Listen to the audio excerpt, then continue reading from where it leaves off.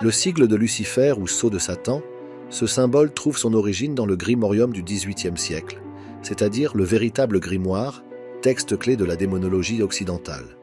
Il se compose de plusieurs parties, un triangle inversé représentant l'eau, un X symbolisant le pouvoir, et un V en bas qui indique la dualité, comme l'homme et la femme, la lumière et l'obscurité.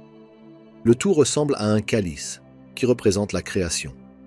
En tant que symbole, ce sigil représente la liberté, l'indépendance, la lumière, la sagesse, la création, l'existence et le pouvoir. Dans la théologie chrétienne, Lucifer est le nom du diable. Ancien ange de haut rang, connu pour sa beauté, il est tombé en disgrâce parce qu'il s'est rebellé contre Dieu. Son nom signifie « porteur de lumière », et pour les lucifériens, il symbolise la quête de la connaissance et de l'intelligence personnelle plutôt que le mal. Ils interprètent sa chute comme un sacrifice pour l'illumination de l'humanité. Le sigil est utilisé dans les pratiques rituelles pour canaliser l'essence de Lucifer en vue d'un développement personnel, pour la méditation en tant qu'ancrage spirituel, et il est également porté comme amulette pour la protection. Saviez-vous que notre réalité est régie par des principes anciens et profonds? Le livre Le Kybalion dévoile ces secrets hermétiques, en expliquant le fonctionnement de l'univers. Cliquez sur le lien dans la description ci-dessous pour recevoir gratuitement votre exemplaire du Kybalion. Le monde dans lequel nous vivons n'est que la réalité par défaut. Il en existe de bien plus puissantes. Cliquez sur le lien dans la description ci-dessous pour rejoindre gratuitement le portail et sauter dans une nouvelle réalité. Le sigil de Baphomet, l'emblème officiel de l'église de Satan, représente une tête de bouc sur un pentagramme inversé, entouré de lettres hébraïques et plan Léviathan. Le Léviathan est une créature marine mythique symbolisant le chaos, considéré par les théologiens chrétiens comme le démon de l'envie. Le pentagramme inversé signifie que les choses et les désirs physiques sont plus importants que les croyances spirituelles. Le Baphomet est considéré par l'Église comme le cœur de la philosophie rebelle du satanisme. Baphomet a des liens historiques liés avec les Templiers, qui ont été accusés de le vénérer comme une divinité. L'image de Baphomet a été créée par l'occultiste français Eliphas Lévy en 1854. Sa représentation de Baphomet comporte des éléments binaires, homme-animal, homme-femme, bien-mal, censés symboliser l'équilibre. D'anciennes versions du sigil comportèrent les noms de Samaël et de Lilith. Samaël est souvent associé au rôle d'accusateur, d'adversaire ou d'ange destructeur. Lilith est considérée comme la première femme d'Adam et décrite comme une démone primordiale. Elle a été bannie du Jardin d'Éden parce qu'elle refusait de se plier aux exigences d'Adam. Dans de nombreuses sociétés occultes, Baphomet symbolise Satan, l'ange déchu.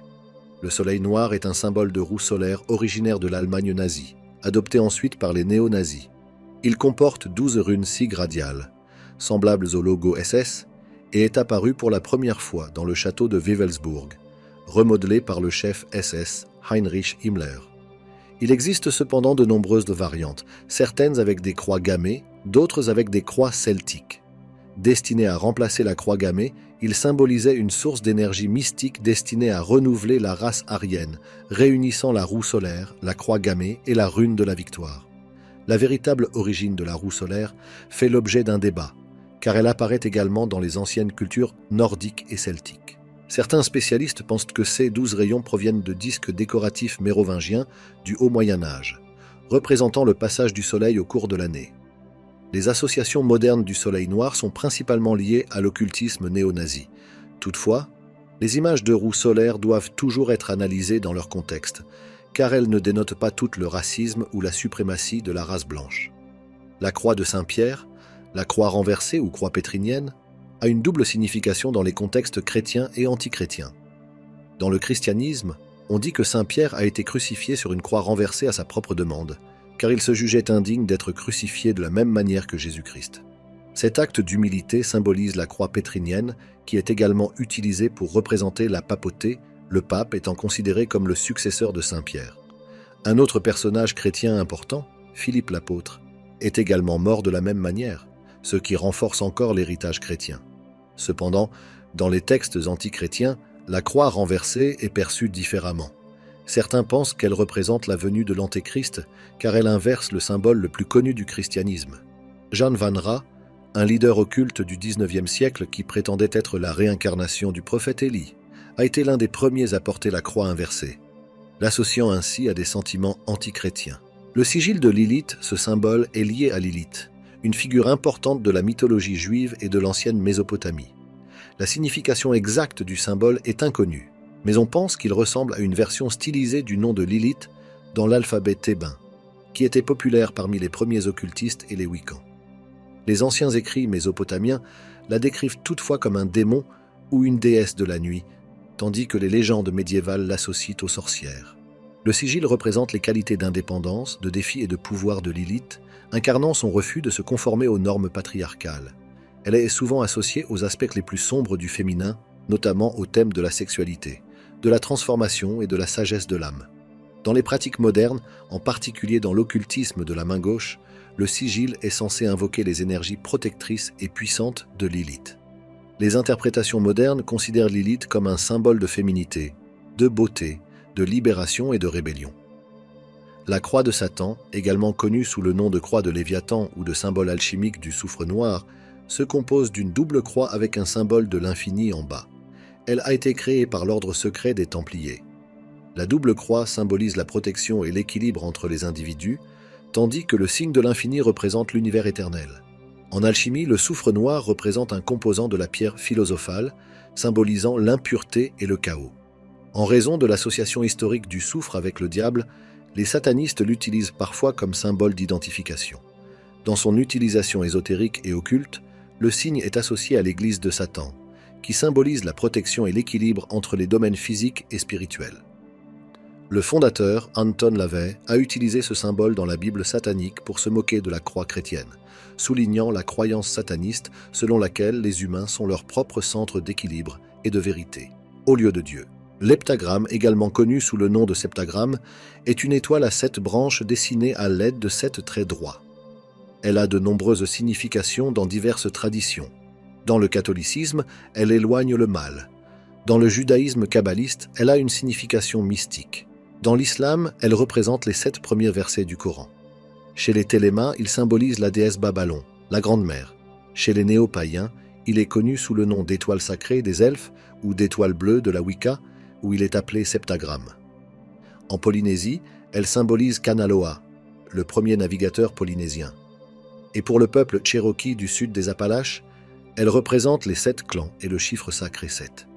Les portées islandaises, également appelées Galdrastafir, sont des runes et des sigils mystiques que l'on trouve dans les grimoires islandais du XVIIe siècle et qui sont censés être imprégnés de pouvoirs magiques. Chaque dessin unique servait un objectif spécifique: accroître le succès dans le commerce, briser des serrures, améliorer la fertilité, empêcher le vol, porter chance à la pêche, apporter protection et assistance en temps de guerre, conquérir une jeune fille ou assurer un sommeil réparateur. Le monde dans lequel nous vivons n'est que la réalité par défaut.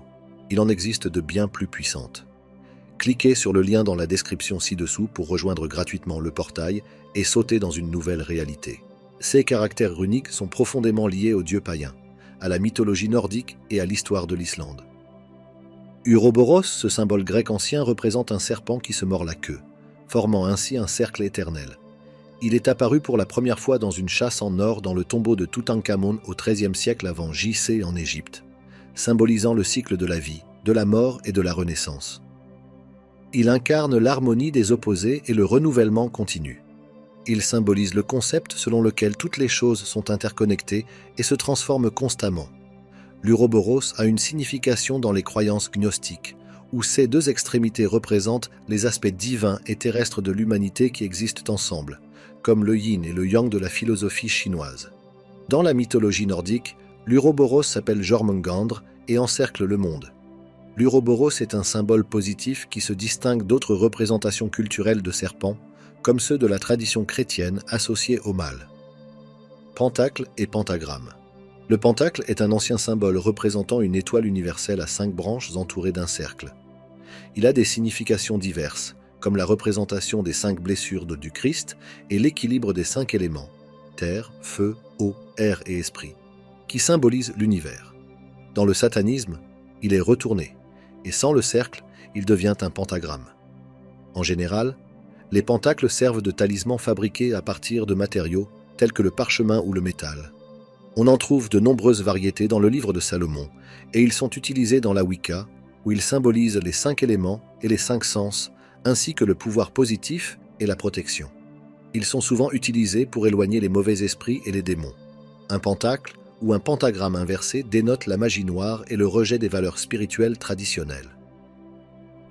Tout au long de l'histoire, des symboles tels que le baphomet et le sigil ont été utilisés dans des sorts pour invoquer des esprits maléfiques. Le sceau de Salomon. Il s'agit de la chevalière attribuée au roi Salomon dans les traditions médiévales islamiques et juives, souvent représentée par un hexagramme ou un pentagramme à l'intérieur d'un cercle. Selon la légende, le roi Salomon utilisait le sceau pour parler aux animaux ou prendre le contrôle des esprits et des démons lors de cérémonies magiques. Utilisé comme talisman protecteur dans la tradition juive, il servait également à lier les êtres surnaturels et à conjurer les forces spirituelles. Aujourd'hui, il est considéré comme un précurseur de l'étoile de David, représentant la sagesse, la protection et l'interconnexion spirituelle dans les pratiques occultes et religieuses. L'œil de la Providence, également connu sous le nom d'œil universel, est représenté par un œil dans un triangle entouré d'un halo. Symbole chrétien à l'origine, ses premières utilisations remontent à l'art religieux de la Renaissance, où il représentait Dieu. Son origine exacte reste incertaine et ses significations sont variées. Pour certains, il représente l'omniprésence et la bienveillance de Dieu, tandis que pour d'autres, il a des connotations plus mystérieuses et sinistres. Célèbre sur le billet d'un dollar américain, il est souvent associé à des théories conspirationnistes, comme l'existence des Illuminati, une société secrète censée contrôler le monde. C'est également un symbole de connaissance franc-maçonne et il est utilisé dans la Wicca pour lancer des malédictions, des sorts et des contrôles psychiques. Le sceau de Dieu, le Sigillum Dei, est un diagramme magique composé de 2 cercles, d'un pentagramme et de 2 septagones. Les noms de Dieu et de 7 anges y sont inscrits. Il est surtout connu par les écrits et les objets associés à John Dee, un occultiste et astrologue du XVIe siècle. Il a documenté et utilisé le sigil dans ses pratiques mystiques. Selon les textes anciens, le sigil est si puissant qu'il permet de posséder l'Esprit de Dieu et de se manifester sous la forme d'une figure divine. L'activation du sigil permet de communiquer avec les esprits, les anges et les archanges, de maîtriser les éléments, d'influencer tous les esprits saints et de contrôler la lumière elle-même. On dit que l'utilisateur acquiert une vision profonde de la bonté de Dieu en l'utilisant lors des cérémonies. L'hexagramme universel, une étoile à 6 branches uniques pour son dessin continu et ininterrompu, symbolise l'union de 2 moitiés et est souvent utilisé dans les rituels pour ses lignes continues. Aleister Crowley a conçu une variante avec une fleur à 5 pétales en son centre, associée à sa religion Téléma. Cette fleur représente le pentagramme, tandis que l'hexagramme symbolise les forces planétaires, à l'instar de la rose-croix rosicrucienne ou de l'Ankh égyptien. Les 5 pétales représentent les forces des 5 éléments.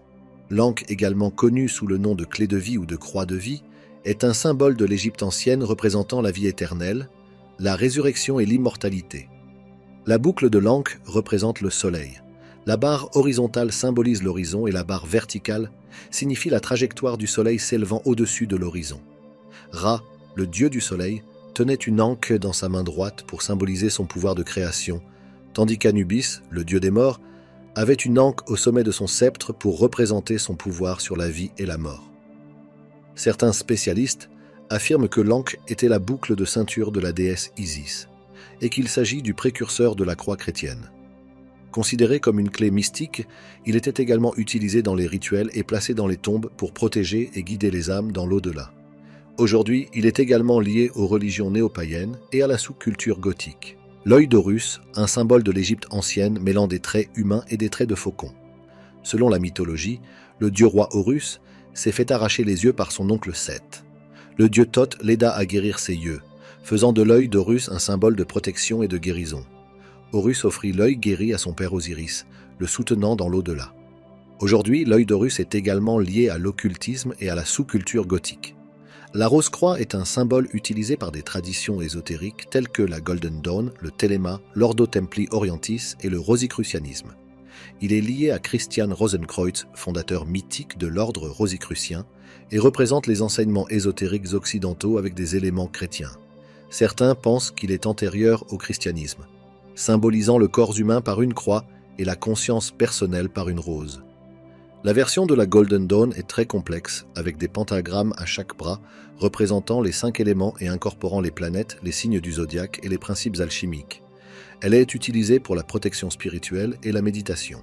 Dans le téléma, la rose-croix signifie le grand uvre, une union mystique avec tout. C'est la fin de ce dossier. Les travaux de l'Institut de la Réalité sont mis gratuitement à votre disposition, mais ils nous demandent beaucoup de travail. C'est pourquoi, si vous avez apprécié cette vidéo, vous pouvez vous abonner à notre chaîne YouTube et laisser un j'aime sous cette vidéo. Nous reviendrons bientôt avec un autre dossier. Quantiquement, l'équipe de l'Institut de la Réalité.